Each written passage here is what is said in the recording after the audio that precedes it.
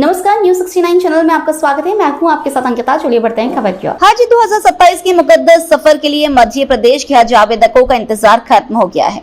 प्रदेश के 10,058 आवेदकों में से 5,998 का चयन किया गया है, जबकि 4,060 आवेदकों को वेटिंग लिस्ट में रखा गया है। मध्य प्रदेश हज हाउस में मुंबई स्थित हज कमेटी ऑफ इंडिया से कुर्रा प्रक्रिया का कंप्यूटर पर लाइव प्रसारण हुआ। चयनित हज यात्रियों में 65 वर्ष से अधिक उम्र के 972 आवेदक शामिल हैं, जबकि 65 महिलाएं बिना महरम के हज यात्रा पर जाएंगी। कुर्रा में नाम आते ही चयनित आवेदकों के चेहरों पर खुशी नजर आई। देवास के मोहम्मद इरफान ने पहली बार हज के लिए आवेदन किया और पहले ही बार उनका चयन हो गया। कार्यक्रम की शुरुआत तिलावत एक कुरान से हुई। शहर काजी सैयद मुश्ताक अली नदवी ने चयनित हाजियों को अभी से पैदल चलने, दुआएं सीखने और हज के सफर की तैयारी शुरू करने की सलाह दी। मध्य प्रदेश वक्फ बोर्ड अध्यक्ष डॉक्टर सनवर पटेल ने कहा कि हज और हाजियों की खिदमत करना नसीब की बात है। बिस्मिल्लाहिर्रहमानिर्रहीम। आज माशाल्लाह पूरा हो गया 2027 के लिए। तो सबसे पहले तो जिन हजरात का जो नाम आया उन सबको मुबारकबाद पेश करते हैं। अल्लाह ने उनको इस साल अपना मेहमान बनने के लिए कबूल फरमाया है। इस पर दिल की गहराई से अल्लाह शुक्र अदा कीजिए। तो जितने जाने वाले उनसे दो बातें अर्ज करना है कि अल्लाह ने आपको अपना मेहमान बनने को कबूल फरमाया है, तब आपकी जिम्मेदारी है आप तैयारी करें। तैयारी से मुराद ये है कि नंबर 1 पर तो आप हज के फराइज, मनासिक, वाजिबात, अरकान, औकात ये तमाम चीज़ कोशिश करें। और इसी के साथ साथ ये कि हमारे तमामी मेरे जाने वाले जिनका नाम आया, मर्द औरतों से कहना है कि आजकल वहाँ पर चलना बहुत पड़ता है। तो जिनका नाम आ गया उनसे ये कहना है कि आज से ही आप फजर की नमाज पढ़िए। फजर की नमाज के बाद आज चलने की और चहलकदमी की आदत बना ली। जाने से पहले कम से कम 5-7 किलोमीटर आप आसानी से चल लें, इसकी आप आदत होना चाहिए। ये आप करेंगे इंशाअल्लाह तो वहाँ पर आपको आसानी होगी। हम दुआ करते हैं कि अल्लाह ताला सब हज मकबूल नसीब फरमाए और जो हजरात इसकी खिदमत में लगे हैं अल्लाह उनकी सबकी खिदमत को कबूल फरमाए। कैंप लगाए जाते हैं।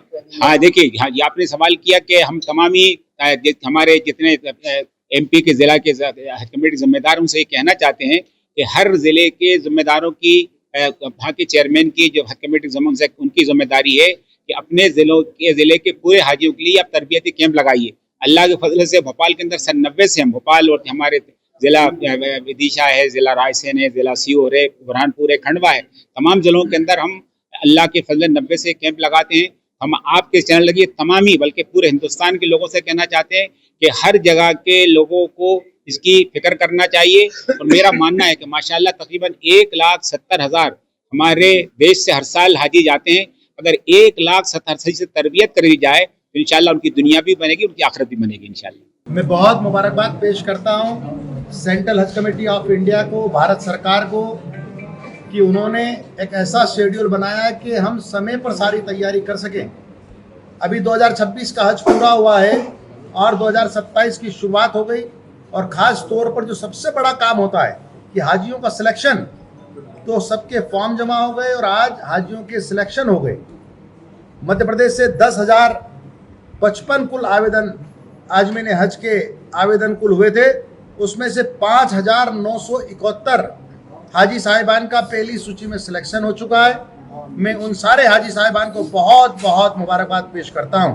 अब जो वेटिंग है 4,087 लोगों की, उसमें से भी अनेक लोगों की वेटिंग क्लियर्स होगी।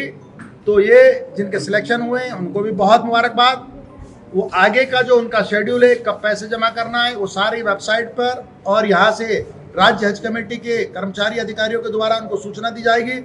वो समय पर अपनी किस्तों को जमा कराएं और जिस प्रकार से काजी साहब, मुफ्ती साहब ने बताया कि अपने हज की तैयारी को करें, अपने पैदल चलने को ज़्यादा बढ़ाएं और अपना हज अच्छा हो। हम दुनिया भर के हाजियों में हमारे देश से और मध्य प्रदेश से जाने वाले जो हाजी साहिबान हैं उनका हज बहुत अच्छा हो और बाकी हाजियों की भी मदद करें, उनको ट्रेन करें। ऐसी मैं उनके लिए बहुत बहुत मुबारकबाद पेश करता हूँ।